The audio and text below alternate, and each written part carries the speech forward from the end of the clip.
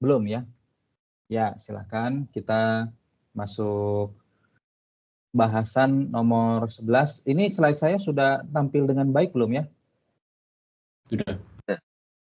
Teks di bagian kanannya hilang kan ya? Belum muncul ya? Hilang. Belum. Iya, sip. Jadi, ini salah satu prinsip yang penting dalam kesuksesan bekerja dan sebenarnya dalam kesuksesan hidup ya. Dalam memutuskan, dalam bertindak, dalam melakukan segala hal, utamakan logika dibanding perasaan. Kenapa? Karena sebenarnya manusia itu punya dua jenis kecenderungan. Ada yang mengutamakan logika, ada yang cenderungnya itu perasaannya yang lebih banyak berperan dalam dia itu bersikap, dalam dia bertindak, dalam dia memutuskan. Jadi kalau dalam tipe psikologi MBTI itu ada tipe psikologi yang huruf kedua. Biasanya huruf keduanya itu T atau F. Coba kita tanya sama Ah Angga. Ah Angga, MBTI-nya di sini apa? 4 huruf biasanya. STJT ingatannya. Apa? ESTJT ingatannya. EF ya. F kan feeling berarti ya. Nah, jadi itu maksud saya. Manusia itu memang Allah ciptakan ada yang lebih cenderung feeling, ada yang lebih cenderung T, thinking.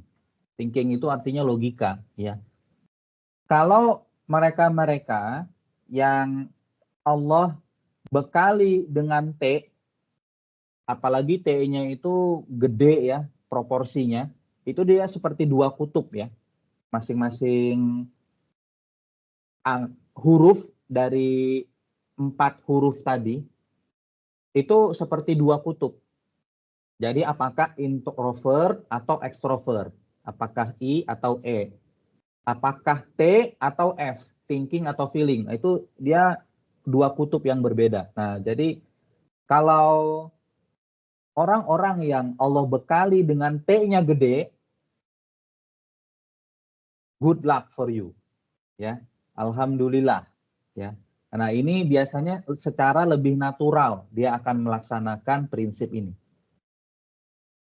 Contohnya saya, ya, saya itu memang perlu banyak-banyak bersyukur sama Allah. T saya gede sih. Dibandingkan F kan, saya itu hampir nggak ada F-nya. T saya gede banget sih. Nah, jadi memang secara natural saya itu memutuskan itu dalam bertindak, dalam berperilaku, dalam melakukan segala sesuatu itu karena saya berpikir, oh ini nih yang keputusan yang lebih tepatnya. Tapi nggak semua orang seperti itu. Bagi mereka yang F-nya gede, ya berarti itu ujian, ya.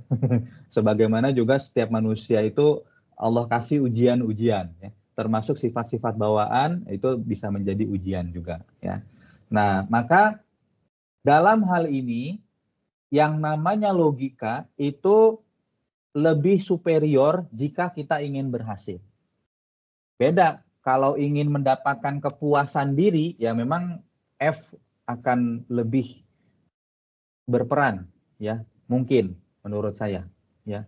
Kalau ingin mendapatkan kepuasan diri, tapi kalau ingin berhasil, ingin sukses, mendapatkan hasil yang nyata, maka logikalah yang perlu digunakan. Karena nggak semua orang keinginannya itu adalah kesuksesan dan keberhasilan, ya. Kalau antum tanya sama para narapidana itu, kamu kenapa sih membunuh orang yang kamu bunuh itu? Jawabannya tuh banyak begini. Karena dia itu membuat saya tersinggung. Waktu saya membunuh dia, puas banget rasanya. Mati loh. Nah, kayak gitu yang saya rasakan. Jadi, saya tidak menyesal sudah membunuh dia. Meskipun saya masuk penjara. Narapidana itu banyak yang kayak begitu ya. Nah, itu artinya dia itu mengutamakan perasaan. bagi dia kepuasan diri itu yang lebih penting.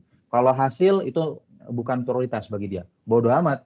Mau saya masuk penjara, mau masa depan saya hancur karena saya ada di penjara ini akan selama bertahun-tahun, masuk keluar dari penjara juga dicap sebagai narapidana. Kan susah dapat kerja, kan? Kan ditanya, kamu dari tahun sekian sampai tahun sekian kemana aja kamu? Oh, saya ada di penjara. Wah, ini ternyata mantan narapidana, mantan pembunuh lagi kan? Siapa perusahaan yang mau menerima? Nah, jadi tergantung apa yang mau diutamakan. Tapi saran saya utamakanlah keberhasilan, saran saya utamakanlah kesuksesan daripada sekedar kepuasan hati. Nah, itu yang perlu digunakan logika dan pertimbangan yang matang ya. Nah, karena memperturutkan perasaan itu sinonimnya adalah emosi ya. Meskipun emosi itu cenderung kalau dalam bahasa Indonesia negatif ya. Emosi itu ada sinonimnya dengan marah kalau bahasa Indonesia. Tapi sebenarnya emosi itu berasal dari kata bahasa Inggris. Emotion kalau dalam bahasa Inggris. Kalau dalam bahasa Inggris emotion itu definisinya adalah perasaan sebenarnya. Nah, memperturutkan perasaan padahal hal tersebut kecenderungan dari dorongan perasaan tersebut itu tidak rasional. Itu artinya kita mengambil keputusan yang salah. Contoh, kita memperturutkan emosi, marah, lalu kita jadi mukul istri, lalu kita jadi bentak-bentak orang tua, ya. Nah, itu keputusan yang salah. Contoh, kita memperturutkan perasaan sedih, kita jadi depresi, kita jadi tidak produktif, kita jadi waktunya terbuang untuk memikirkan hal-hal yang membuat kita sedih. Padahal waktu kita itu sebaiknya terbuang atau digunakan untuk hal-hal yang produktif, yang menghasilkan sesuatu. Bukan untuk stres, depresi, merenung, ya. Nah, itu waktu yang terbuang, ya. Nah, jadi itulah akibatnya kalau kita memperturutkan perasaan. Kita jadi mengambil keputusan yang salah. Kalau perasaan tersebut mendorong pada sesuatu yang tidak rasional, yang tidak produktif, yang tidak menghasilkan. Tapi tidak semua perasaan seperti itu. Jadi jangan salah paham, bukan berarti semua perasaan itu tidak baik. Apa contohnya perasaan yang baik?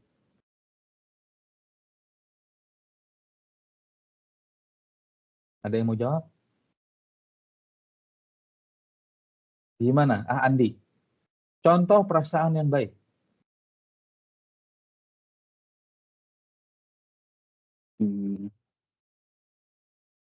Mungkin berbaik sangka. Berbaik sangka. Gimana? Bima masih ada? Apa udah sholat subuh? Contoh perasaan yang baik.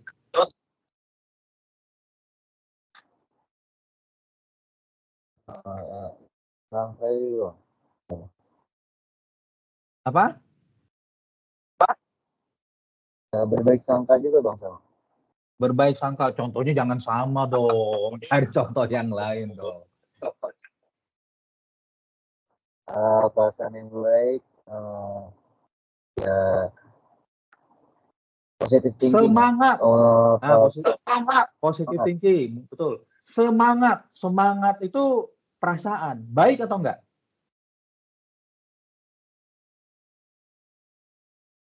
Feeling motivated. Baik enggak tuh?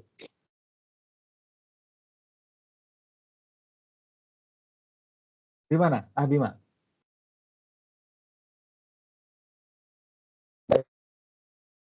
Itu adalah contoh perasaan yang baik. Ya. Contoh perasaan yang baik lagi. Salah satu yang paling banyak diperintahkan di Al-Quran. Yaitu apa? Galih tahu nggak? Mana Galih? Apa yang paling banyak diperintahkan di dalam Al-Quran? Dan dia merupakan perasaan sebenarnya. Kasih sayang. Kasih sayang, bagus. Tapi sebenarnya bukan itu. Kasih sayang banyak juga ya. Dan itu contoh yang betul. Perasaan yang baik. Kita sayang sama sesama manusia, sama lingkungan. Nah, itu perasaan yang bagus, ya. Nah, ada lagi contohnya yang lain? Sabar. Sabar. Itu yang paling banyak di dalam Al-Qur'an, ya. Fasbir sabran jamila, ya kan? Habis itu ada lagi, carilah pertolongan Allah dengan sabar dan sholat. Nah, itu contohnya ayatnya, ya kan? Nah, itu adalah contoh-contoh perasaan yang baik, ya. Nah, perasaan yang baik itu mendorong kita berbuat baik soalnya. Nah, kasih sayang, lalu tadi ada sabar, lalu ada semangat, lalu ada yang lain-lain, ya. Itu mendorong kita berbuat baik. Kalau perasaan baik sih nggak masalah, ya. Tapi ada perasaan-perasaan yang buruk. Apa contohnya? Rifki.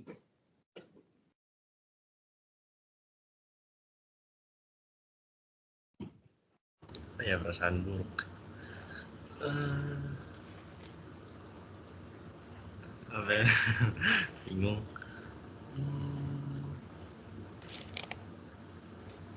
Bahkan jadi semangat. Nggak tahu. Perasaan yang buruk itu contohnya sedih. Oh iya. Perasaan yang buruk contohnya marah. Perasaan yang buruk contohnya malas. Malas itu kebalikannya dari semangat. Marah kebalikannya dari sabar.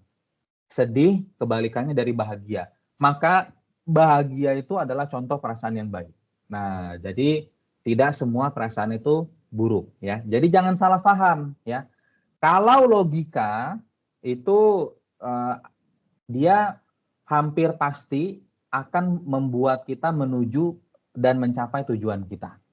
Nah, lalu kenapa perasaan itu juga bukan berarti tidak buruk? Karena perasaan itu membuat hidup lebih berwarna, ya. Nah, kalau tanpa perasaan itu hidup kita itu datar-datar aja, bosen hidupnya, ya. Jadi bisa jadi orang yang boring, ya. Nah, contohnya saya, ya. Ada orang-orang yang bilang Bang Sani ini orangnya boring, katanya. Ya udah, nggak apa-apa, ya. Yang penting saya mendapatkan keberhasilan dan apa yang ingin saya capai dalam tujuan ini. Kalau bagi saya begitu, nggak penting bagi saya hidup ini berwarna, penuh dengan dinamika dan lika-liku. Kalau diceritain biografinya seru gitu, ya. Bagi saya nggak penting sih kalau yang begitu-begitu. Bagi saya hidup ini adalah mencapai tujuan. Saya punya tujuan, 1, 2, 3, 4, itu semua saya mau capai. Caranya bagaimana? Nah, itu namanya logika, ya. Nah, tapi hidup yang berwarna itu lebih seru sih sebenarnya, ya. Dan ada orang-orang yang menghargai itu. Jadi itu. Nah, jadi maksud saya bukan berarti perasaan itu buruk, tapi memperturutkan perasaan yang buruk yang menjerumuskan kita jadi buruk. Nah, itu maksud saya, ya. Nah, kalau dalam konteks mencapai tujuan, maka logika itulah yang memang perlu untuk kita gunakan dan perasaan perlu untuk kita nomor duakan. Dengan logika, cita-cita kita menjadi mungkin untuk diwujudkan. Dengan logika, cita-cita kita menjadi lebih mungkin untuk direalisasikan, ya. Nah, logika, kenapa seperti itu? Karena logika membuat kita memilih cita-cita dengan bijak dan mengatur langkah-langkah nyata mencapainya. Nah, apalagi kita sedang berbicara tentang principle for success at work. Work itu sangat dominan aspek-aspek logikanya, ya. Tempat kerja itu adalah bidang dan aspek kehidupan di mana kita itu memang untuk mencapai sesuatu. Kita ini mau berhasil, kita ini mau sukses, kita ini punya tujuan, itulah tempat kerja. Beda kalau romantisme atau kebahagiaan pribadi, itu mungkin aspek-aspek perasaan lebih ngaruh gitu, ya. Romantisme itu maksudnya misalkan hubungan kita sama istri gitu, ya. Nah, tapi ini tempat kerja. Tempat kerja itu beda. Dia itu aspek logikanya yang kuat. Makanya prinsip ini jadi penting sekali untuk kita bahas. Khususnya di tempat kerja. Sebenarnya prinsip ini berlaku umum sih sebenarnya ya. Di hubungan kita dengan istri juga prinsip ini bisa berlaku dengan baik ya. Nah, karena kadangkala ada juga sih orang yang terlalu mengendalikan romantisme dan perasaannya, tapi logikanya nggak jalan. Akhirnya hancur juga hubungan dia dengan pasangannya. Kan banyak ya ceritanya,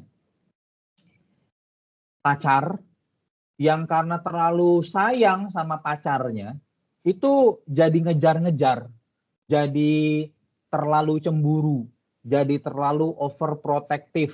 Ada ya orang-orang yang kayak gitu ya. Akhirnya apa?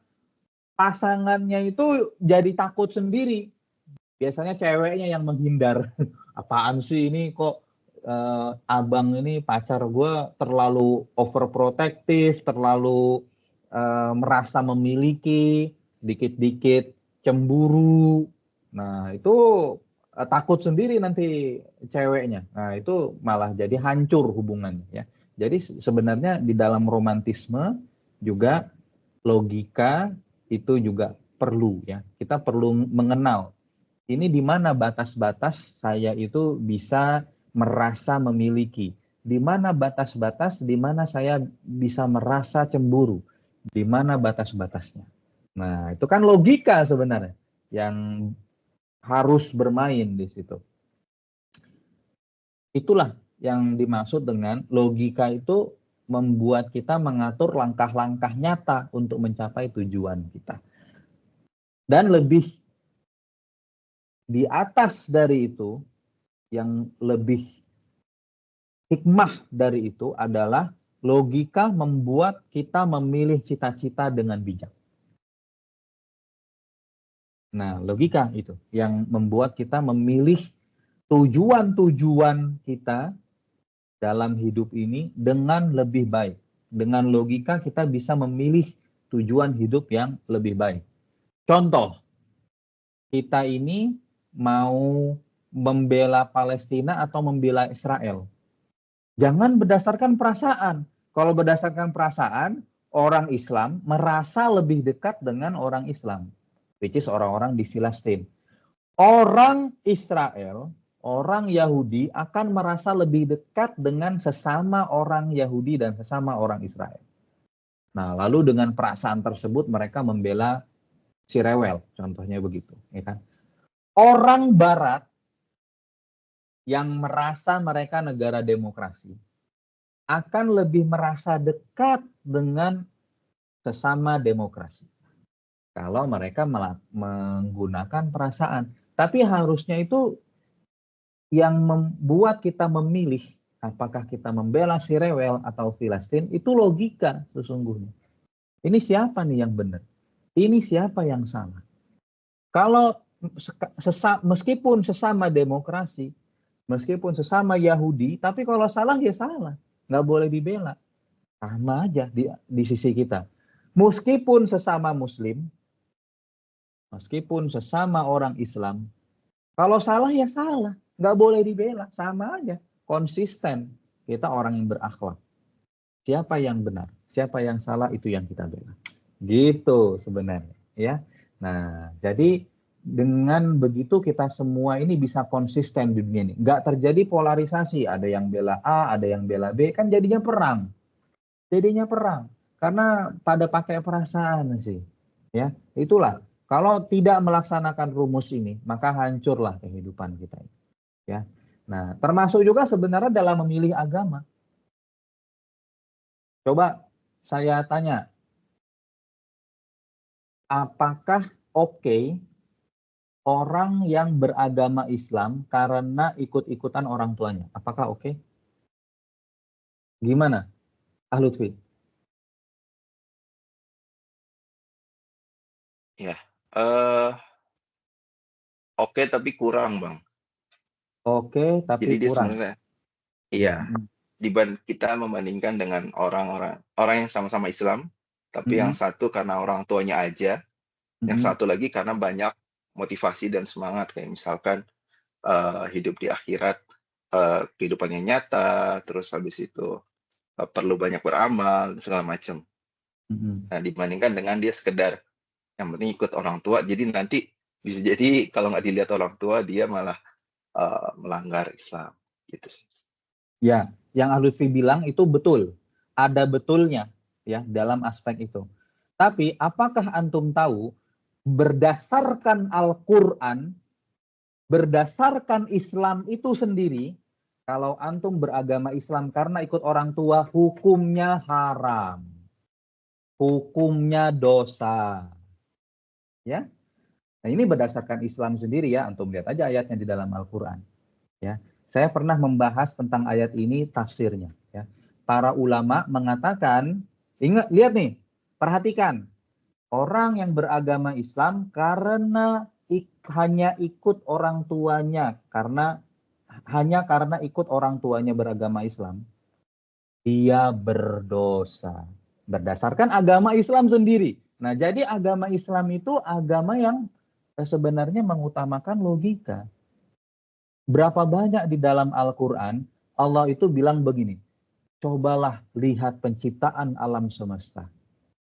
Apakah ada cacat pada penciptaan alam semesta ini? Kalau begitu, coba lihat lagi. Itu dari surah Al-Muluk ya. Coba lihat lagi.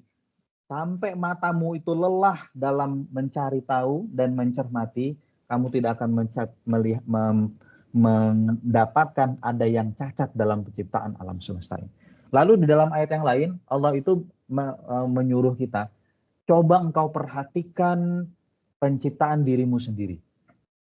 Ada. Di dalam juz 30 lagi, Allah bilang begini, afala yanzuruna ilal ibili kaifa khuliqat.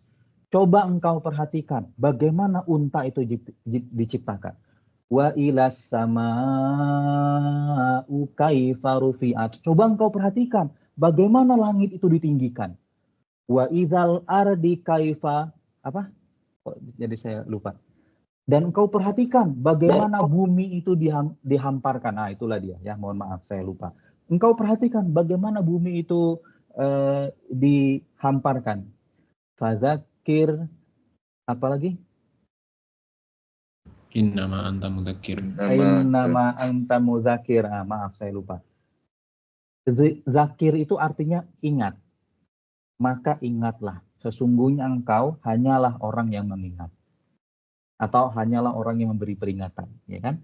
Nah, jadi hal-hal tersebut Allah itu menyuruh kita berpikir, mana nih agama yang benar? Di satu kisah yang lain di dalam Al-Quran, kalau ini lebih eksplisit lagi, Allah itu menceritakan kisah tentang Nabi Ibrahim. Dan Nabi Ibrahim itu dipuji oleh Allah. Jadi suatu hari, ini sebenarnya kalau bagi Nabi Ibrahim kisah yang memalukan. Kalau antum betul-betul bisa memahaminya ya. Tapi Allah ceritakan sebagai seorang nabi yang terpuji. Nabi Ibrahim itu mencari Tuhan.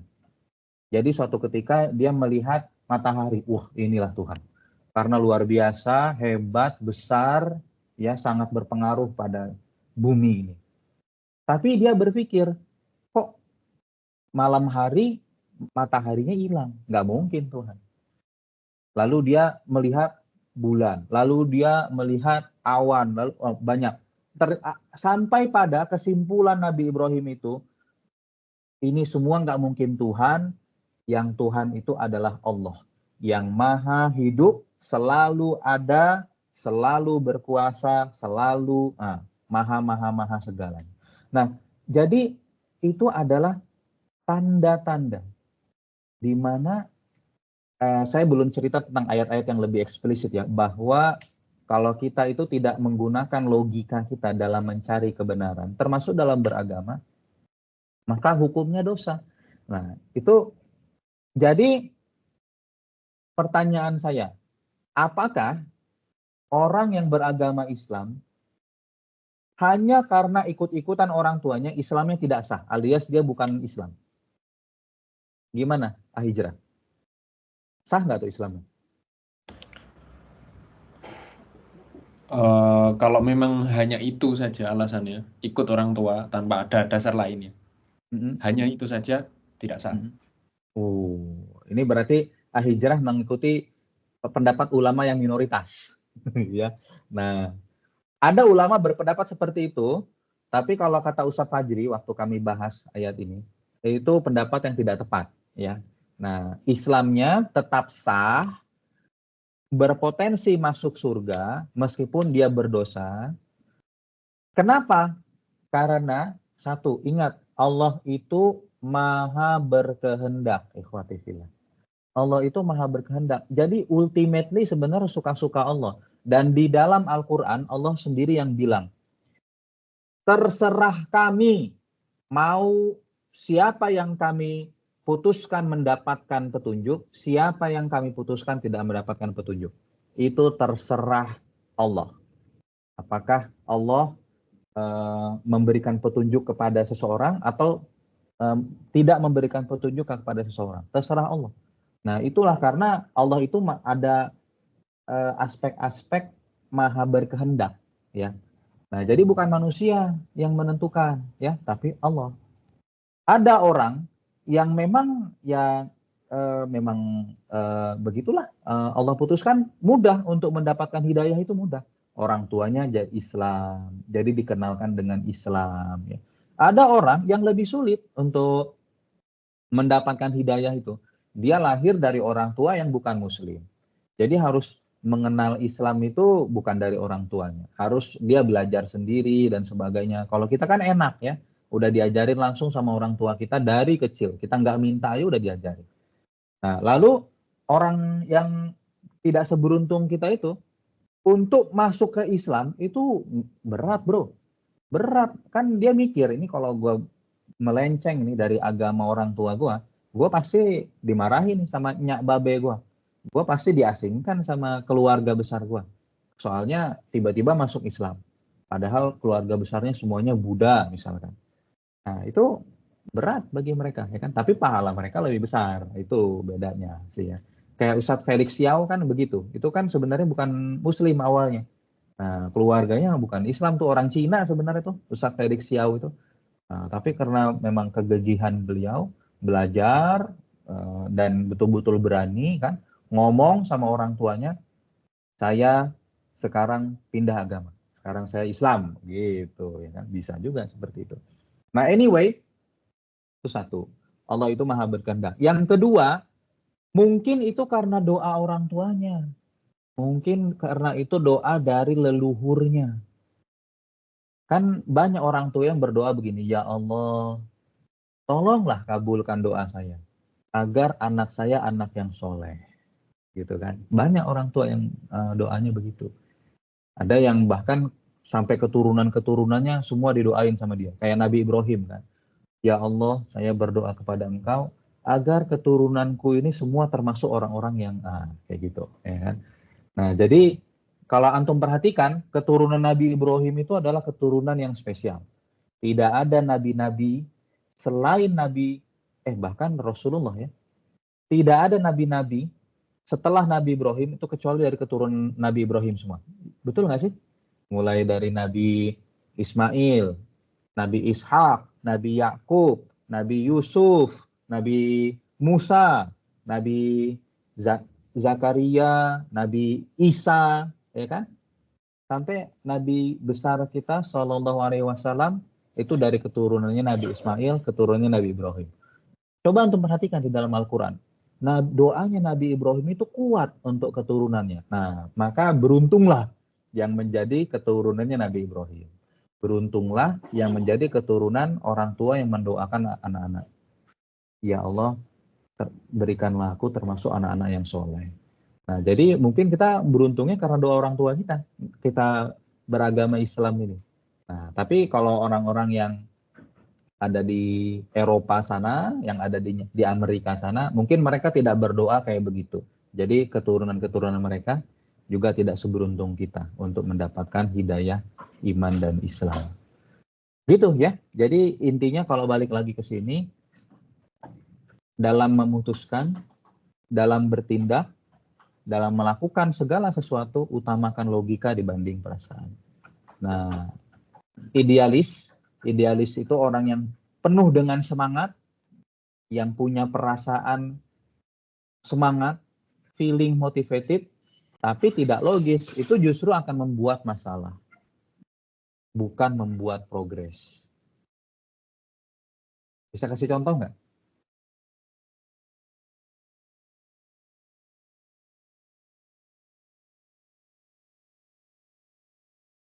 Siapa? Idealis yang tidak logis atau apa contohnya? Gimana? Enggak.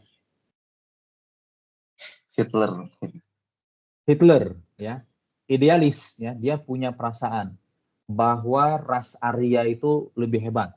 Dia punya perasaan untuk menang, tapi nggak logis. Dia kurang memperhitungkan siapa yang akan memenangkan perang. Nah, itu akan membuat masalah justru. Ya. Sebagaimana masalah yang telah terjadi pada bangsa Jerman. Ya.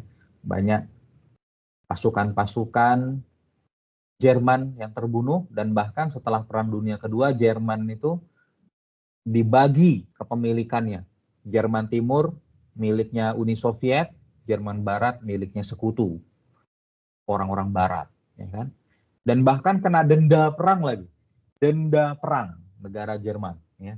Nah, itu karena kurang dalam mempertimbangkan dan berhitung-hitung. Logika itu kan juga sebagaimana hebat dan bagus kita dalam berhitung, ya.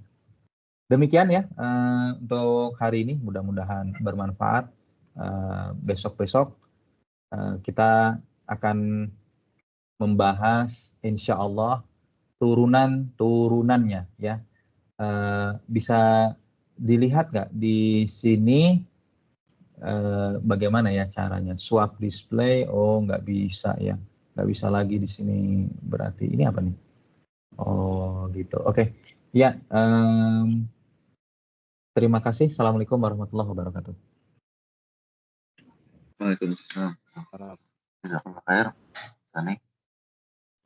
Oke ya, urutan tilawahnya udah di-share ya sama Hijrah, dimulai dari Al-Ghali,